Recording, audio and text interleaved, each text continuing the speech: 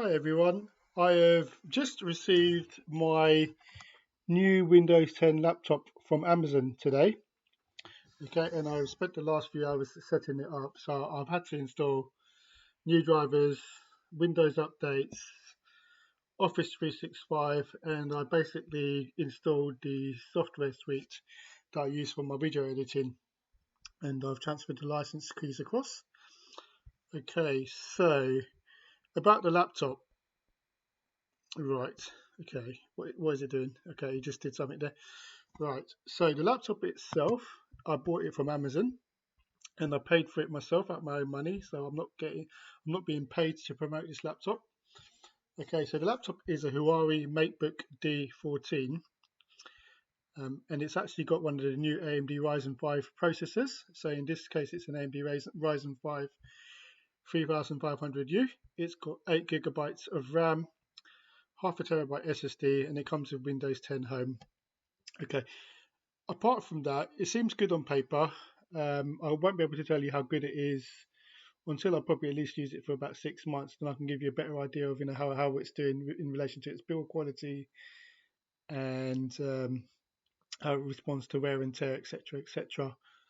Okay. So, but I went by the ratings, and it's got out of 92 ratings, it's got 4.5 stars, so it's quite highly rated. But it's basically a matter of wait and see. So I chose to go for this one because it's really cheap. It's 600, basically £600, and the specification is quite good for what you're paying for it. So I went to a website called Passmark to double check its processing capabilities, and the CPU mark it's got is 7,207, which is more than double the actual performance of my previous laptop, which was an Asus ZenBook from 2016, which is running with an i7 core processor. So theoretically, this should be a much faster laptop than my previous one, and it should help me a great deal with my video editing and rendering as well. And it also has inbuilt Vega graphics as well, which is significantly faster than the integrated Intel graphics with the old Asus ZenBook. Okay, so I am still in the process of setting this up. So, okay, so for my video editing, I use 2 bits of software on Windows. So for screen capture, I use something called Debut, which is produced by a company called NCH. Okay, I had to pay for that. And for video editing, I use a piece of software called VideoPad, and I also had to pay for that. Okay, on my Ubuntu laptop, I use free software called OBS to do screen recordings. I don't really know OBS as well as Debut, but I may install it on this and see how I get on, because one, it's free, and if I can get it working as well as I can get Debut working, then I may go switch over to OBS. Okay, so the next thing I'll probably need to do on this laptop is to download a copy of Oracle VirtualBox. So I'm going to go to Google, type in download Oracle VirtualBox, start downloading it, and I need to install that. Okay, so I'm going to go for, so the current version is 6.1.6, so I'm going to download it for the Windows host. Just wait for that to download. And what I may do while we're at it is grab a copy of, maybe install CentOS 7 as well.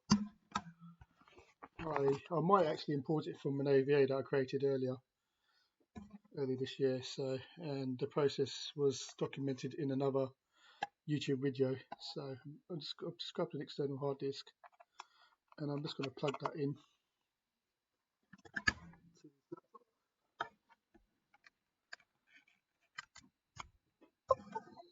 Okay, and I'm just going to follow through with the Oracle VirtualBox install wizard.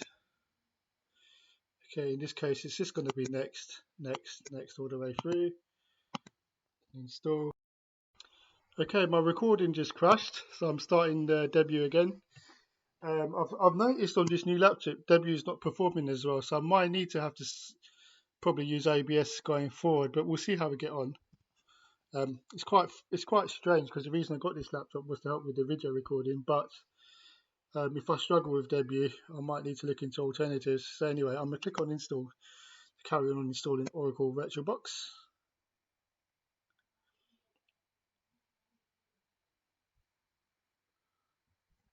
Okay. I don't know why I put that there on the left hand side, but never mind. Okay, so I'm going to click on finish to continue. And we just waited for Oracle VirtualBox to start up. Right, now let's have a look. So I have plugged in my external disk, but it's not showing up, which is strange because, okay, so the laptop comes with a C drive and a D drive for data. Okay, but it's not seeing my external disk, so let me see what I can do about that. So I'm just going to unplug it and plug it back in again. Try that again.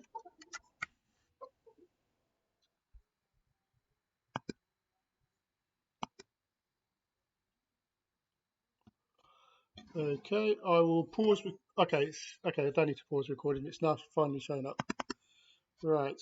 So let's have a look. So from my backup there, and here's the OVA file I created earlier this year. So I'm just going to right click, okay, and see if I can open it with Oracle VirtualBox.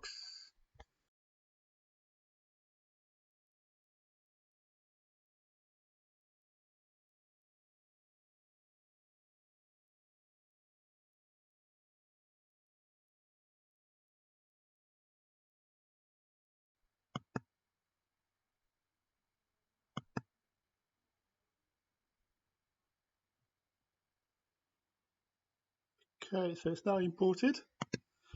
Let's have a look at settings. So my previous laptop had a maximum of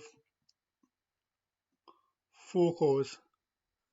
This one's got 8 cores, and I can allocate up to 4 of those cores to this VM, which is an improvement anyway, which is good. Let's go back here. Okay, one weakness I've noticed is, okay, so my previous laptop did have 12 gigabyte of RAM. This one's got 8. Not a problem. I'll leave this as 4 for the time being. Okay, region memory is 128, and I click on OK to continue. Okay, and let's fire it up.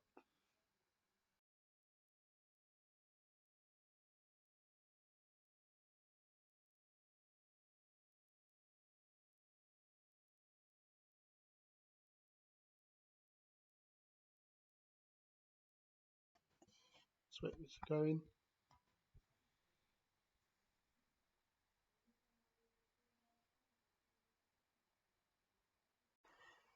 Yep, so the new VM is now up and running. We're just going to take a look around, just opening up a terminal.